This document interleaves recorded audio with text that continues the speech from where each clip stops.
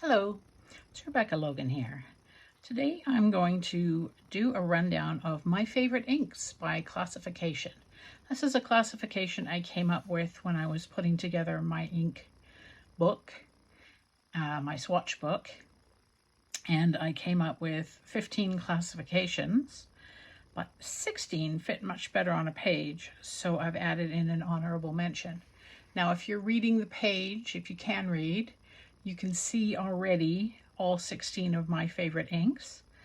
I wrote them down in advance because I did a previous run through of this and it was 40 minutes long and mostly silent as I was washing my dip pen out. So the pen I used for this is a dip pen by James Finniss, F-I-N-N-I-S-S. He's out of Australia. This was a special deal he did with Robert Oster. And I have a fine goulet nib in here. The pen has a feed on it, a traditional fountain pen feed on it, and the feed and the nib just pop out like that so that you can wash them. And it makes for very easy swatching with a fine nib. And I change out the nib on this. I usually have a broad stub on it. But for my purposes today, I wanted to have a finer nib on it so that I could fit long names in a small space. So I pre-did all the writing so you don't have to wait around while I do that. And I'm just going to do the swatches with you. So we'll start with Taupes and Cool Browns. This is Mont Blanc Swan Illusion Plume. This was a limited edition from a few years ago. This was pre-COVID. And on screen, it looks a little golden brown, but it is actually a taupe that leans towards gray. Now, I adore taupes. Taupe is my favorite color, thus it being the first classification. Yeah, I adore taupes. I'm always looking for the perfect taupe ink, and I have stopped looking since I found this ink. So that's number one.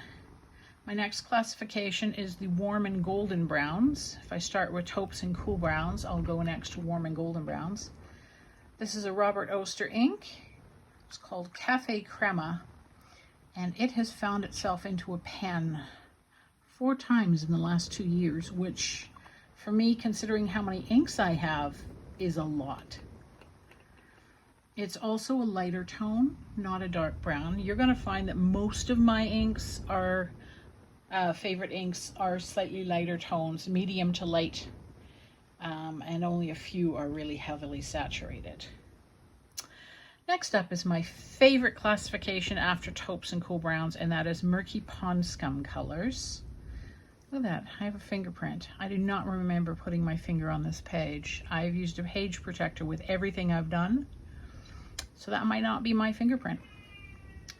So this is Robert Oster Khaki. This is another one that finds its way into my pens all of the time. Well, all of these are. They're my favorites for a reason.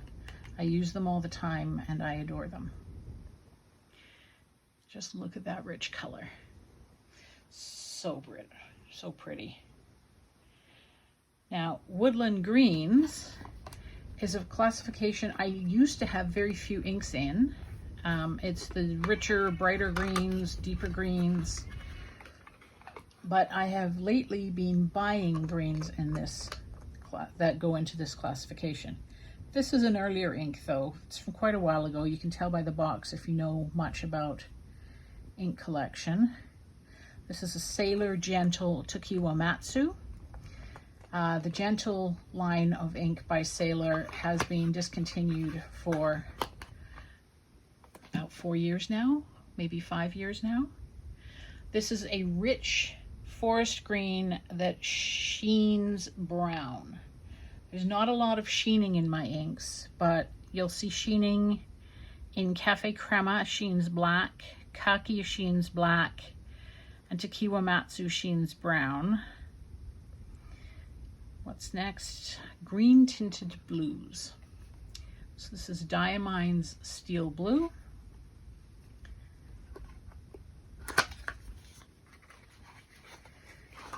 And I am really glad I have the giant 80 milliliter bottle of this, because it is a favorite. Green tinted blues are wonderful. So it includes teals and turquoises. And yeah, I fully expect teals and turquoises to have their own classification separate from blue.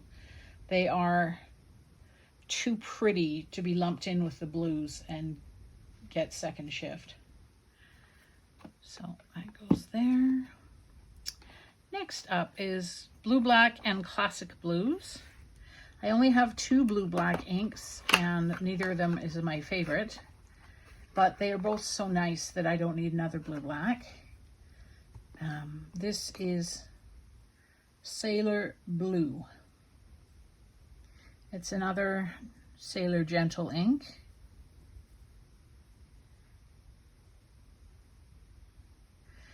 And it sheens kind of a bronzy red. This is the most saturated ink I think you're going to see in this selection. I don't know if Sailor is still producing their plain regular line of inks, because that was sold under the Gentle line. So I don't know if you can get Sailor Blue anymore, or if they've gone just with their fancier line of inks. I just don't know. Next up is my dark reds and maroons. I'm not a fan of bright reds or orange reds, so I don't have a classification for bright reds or orange reds. But dark reds and maroons, I have enough inks of words, Rebecca. I have enough inks in the classification dark reds and maroons to make it a whole section. And look at that intensity. That's just beautiful. Of course, they're all beautiful. They're my favorites for a reason. Next up is the amber tones. The amber tones, I break that family into 2 sub-classifications. I have yellow amber tones and orange amber tones. So it kind of includes yellows and oranges, but they all lean towards what you would find in the natural stone of amber. What I do not include in this is the murky greens that you sometimes find in natural amber. I just use the yellow tones and the orange tones, just ambers, things that you might call amber. And this is Califoliohavan. It's an interesting ink. It is very unsaturated. It hardly shades at all. Some would say it's a boring ink, actually. I find it beautiful because of the color. But yeah, it doesn't do anything. It doesn't sheen, it doesn't shade, it doesn't shimmer. It is kind of boring. It's just really, really pretty in its boringness. So up to the dusky purples, we have another Robert Oster ink, this time Viola. Viola could have gone in a different classification as well. We'll talk about that when I get there. But I put it in the dusky purples because at heart it is a purple. But it's a purple that has some blue in it. We'll see as the swatch dries, it gets bluish bits. So what I'm doing off screen is rinsing and wiping the end of this pen. You'll notice I'm using the back end of the pen to do all of these little swatches. I find it's very easy to clean, and there's no need to waste Q-tips. Because if you use a Q-tip, every time you dip it into a color, you've used up a Q-tip, so it has a lot of waste. This way, there's not as much waste. And I just introduced a cat hair, so let's see if I got that out. Yes, I did. You don't want to be introducing cat hairs to the inks. You don't want to be introducing cats to the inks. So that, what I just laid down was in my Dusty Pinks classification, and it's called Colorverse C Europa. That is my all-time favorite ink. It's a little like Califoliohavan in that it doesn't really shade much. It shades a little, but not much. Doesn't sheen, doesn't shimmer, doesn't do much. It's low saturation, but it's just, in my view, it's just such a beautiful color. So next up is my bright pinks and corals.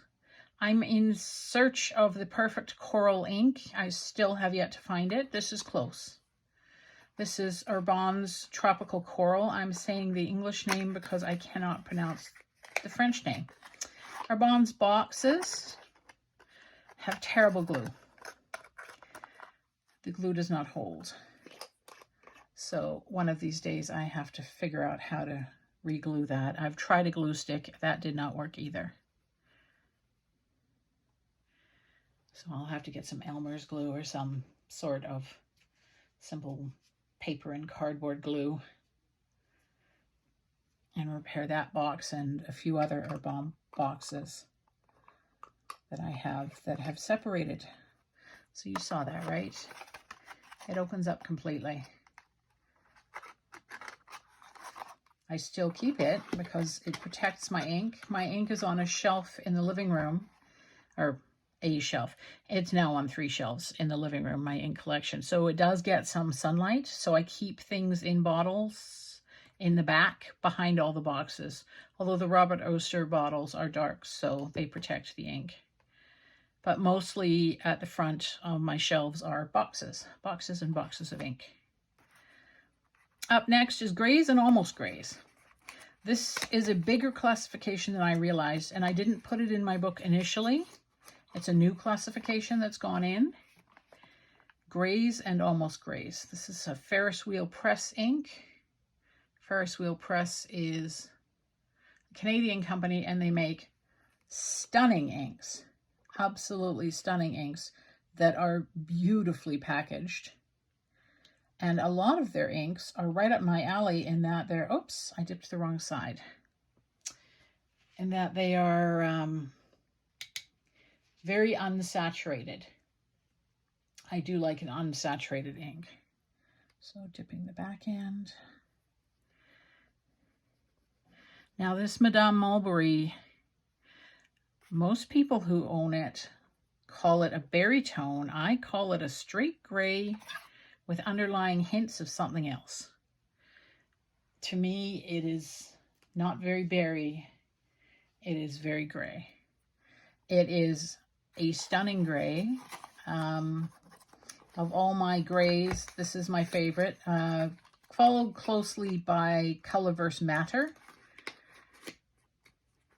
But Ferris Wheel Press, Madame Mulberry is velvety to write with. It's delicious.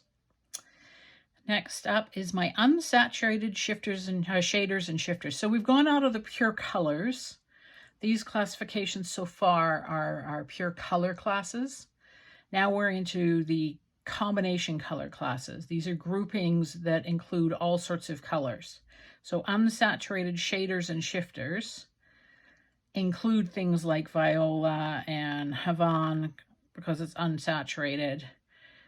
And Viola because it's a color shifter. It shifts to blue in places, as you can see. But the winner in this one, Sailor Ink Studio number 273. Now these little bottles are a beast to open. Where is my Sailor Ink Studio bottle opener? Come here. It's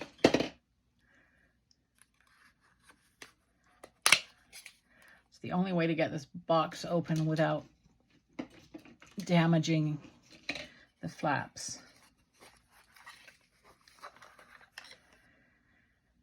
Tiny little bottle, 20 milliliters. Has a bubble on top, so I just protected it while I popped it so it didn't splatter everywhere.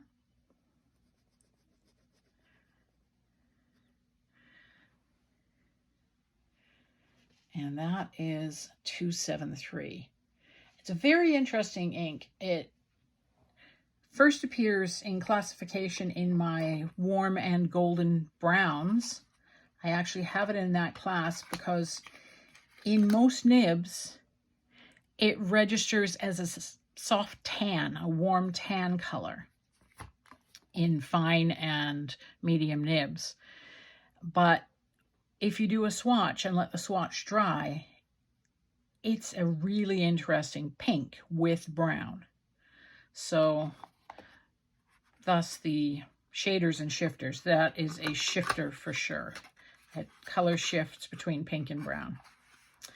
Next up is my Candy Brights. Love that set of pages. All my thoroughly saturated light bright inks are in that one. Again with the bubbles. Pop that. This is another beautiful green tinted blue, but it belongs in Candied Brights. I have cat hair on the lid. It's Sailor Kobe ink, number 48, which is Sweeto Suji March Blue. I am probably butchering the pronunciation of that, but I just call it number 48. That's easier for me, whose only language is English and not that well at that. Unclassified extras got my Soul Yellow. So unclassified extras include a bunch of shimmer inks that I didn't want in with the regular inks because shimmer is scary to me. Just whatever was left over after I had classified a bunch of things. And my Singular Yellow is among them. Another Robert Oster ink. It is called Green Olive. And as I always say, it is neither green nor olive, but it is beautiful. It's my only yellow, and I use it way more than I thought I would. I have a favorite pen it goes into. Actually, it's inked right now. It's in my Franklin Christoph Model 45 Wonders Pens exclusive material. And I have an 18 karat gold medium stub nib in this pen, and this looks phenomenal in that nib. And last but not least is another Ferris Wheel Press ink. This is Lady Rose. Lady Rose almost won the Dusty Pinks, except that C. Europa was in that classification, and that's my favorite ink, hands down. So Lady Rose gets an honorable mention.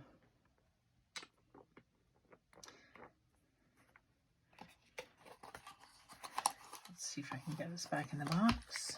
Yep. Come on, little buddy. There we go. Wash my pen.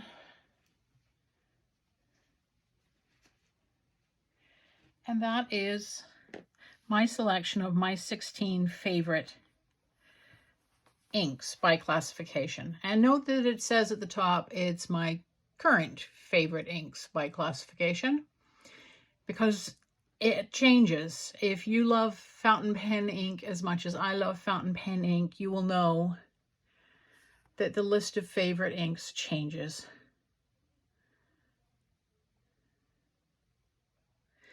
It changes regularly as one gets new inks. And I have a bunch of new inks coming. So there might be changes to this soon. 16 inks are on their way to me now. Mostly in the Woodland Greens and the earth tones. So one is called Potato of Spring. It's a potato color. I'm so excited. Sounds ridiculous, but I am really excited for a potato colored ink to arrive. So thank you for sticking with me. We're only at 20 minutes, which is much better than the 40 minutes this video originally was when I did the writing at the same time as the swatching. That extra 20 minutes was mostly me cleaning my pen. Thank you, and I hope you enjoy your pens and inks as much as I do, and have a great day. Bye-bye.